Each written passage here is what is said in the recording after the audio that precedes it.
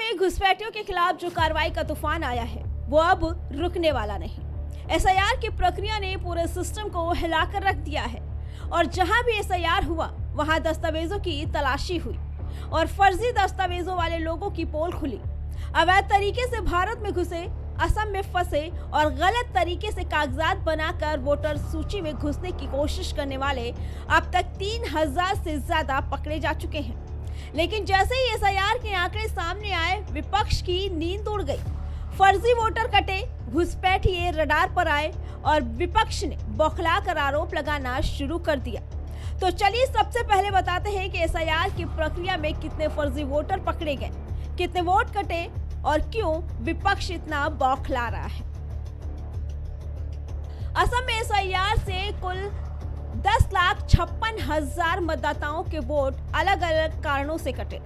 लगभग 4,79,000 लोग मृत पाए गए, जबकि करीब 5,23,000 मतदाता अब उस पते पर नहीं रहते जहां उनका रजिस्ट्रेशन था। इसके साथ ही 53,619 ऐसे नाम मिले हैं जो एक से अधिक जगह पे दर्ज किए गए हैं। अगर किसी का नाम गलती से कट गया है या उसे आपत्ति है तो वो 22 जनवरी 2026 तक सुधार के लिए आवेदन कर सकता है। 10 फरवरी 2026 को फाइनल लिस्ट जारी होगी, जिसके आधार पर चुनाव लड़े जाएंगे। असम में कुल 2,52,02,775 मतदाता हैं और इस सूची में लगभग 93,211 डी वोटर हैं, जिनके मामले फॉरेनर ट्रिब्यूनल में लंबित हैं। इसीलिए उन्हें फिलहाल वोट डालने की अनुमति नहीं है। अब साफ है कि 10 लाख से ज्यादा वोट कटेंगे तो किसी न किसी पार्टी पर असर तो पड़ेगा ही। और जिस तरह कांग्रेस और विपक्षी पार्टियां बौखला रही हैं, उससे साफ दिख रहा है कि ये कार्रवाई उनके लिए दर्दनाक साबित हो रही है। क्या ये फर्जी वोटर पकड़े जाने और घुसपैठियों की कार्रवाई सीधे विपक्ष पर असर डाल रही है? क्या इसी वजह से ये पार्टियां बेचैन और परेशान हैं? क्या इसी वजह से हेमंत शर्मा और चुनाव आयोग पर सवाल उठ रहे हैं? इस बीच रफीकुल इस्लाम ने आरोप लगाया कि विशेष संशोधन प्रक्रिया में गड़बड़ियां हैं। लाखों लोगों को नोटिस जारी किए गए और उन्हें जबरदस्ती फॉर्म भरवा कर नाम हटाए जा रहे हैं। देखिए, इंडिया में कई स्टेट में एसआईआर का काम चल रहा है, लेकिन आसाम में एसआर स्पेशल रिवीजन का काम चल रहा है। लेकिन इसमें भी जो हमें रिपोर्टिंग मिल रही है, बहुत गड़बड़ी हो रही है। एक ड्राफ्ट निकल गया है, उसमें बहुत सारे लोगों का, जेन्युइन लोगों का नाम नहीं कट गया है। कुछ लोग ऐसे हैं जो दूसरे के घर में, जिनका वोटर लिस्ट में नाम आ गया दूसरे के घर पे, उनका नाम इंक्लूड हो गया, ये लेके भी शोर हो रहा है।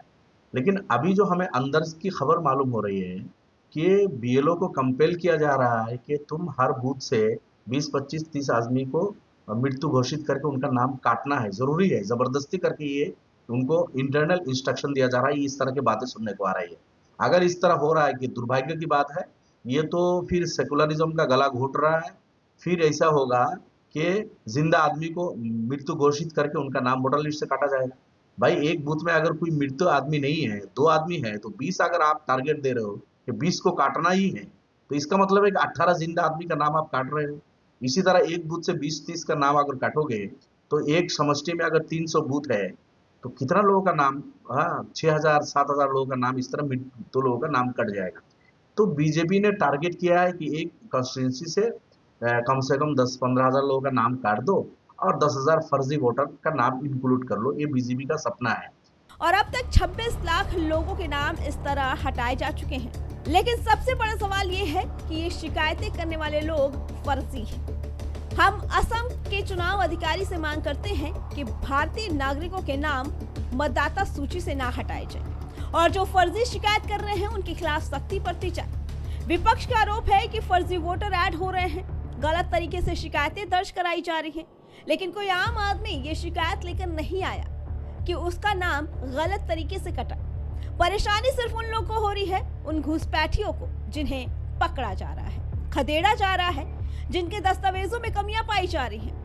फिर भी विपक्ष शोर मचा रहा है कि पूरी प्रक्रिया गलत तरीके से चल रही है। पहले तो ये एसआईआर में कटे वोटों को लेकर माहौल बना रहे थे और अब घुसपैठियों पर कार्रवाई को लेकर भी आवाजें उठ रही हैं। 2021 से 2025 तक कुल 32,207 घुसपैठियों की पहचान हुई, जिनमें से 10,416 को वापस उनके देश भेजा गया। 3 से 4 महीने में असम पुलिस और बीएसएफ ने मिलकर 2000 से ज्यादा घुसपैठियों को दौड़ाया। सरकार इमिग्रेंट्स एक्ट 1950 के तहत सीधे सीमा पार भेज रही है। ये घुसपैठिए सिर्फ आदिवासियों की जमीनें हड़प नहीं रहे हैं, बल्कि अवैध कब्जे पर सरकार को चुनौती दे रहे हैं। और जब इन पर कार्रवाई हो रही है तो माहौल बनाया जा रहा है कि ये लोग वे हैं जो 1971 में या आजादी के वक्त बांग्लादेश पाकिस्तान से आए थे, उन्हें नागरिकता नहीं दी गई। इस तरह फर्जी नैरेटिव फैलाया जा रहा है। तो 3000 से ज्यादा घुसपैठियों की पहचान हो चुकी है। 10 लाख से ज्यादा फर्जी वोटर पकड़े जा चुके हैं और यही आंकड़ा विपक्ष की बेचैनी बढ़ा रहा है। विपक्ष का आरोप है कि असम में एक समुदाय को निशाना बनाया जा रहा है, लेकिन सरकार का साफ साफ कहना है कि एसआईआर से बड़े स्तर पर घुसपैठियों का पता चला है और कार्रवाई धर्म देखकर नहीं, देश और असम की सुरक्षा देखकर की जा रही है। लोगों ने आदिवासियों की जमीनें हड़पी, असम के मूल स्वरूप को बदलने की कोशिश की और इसी वजह से पूरी जांच पड़ताल के बाद कार्रवाई की जा रही है और ये कार्रवाई कहीं न कहीं विपक्ष को परेशान कर रही है। Bureau report, prime TV.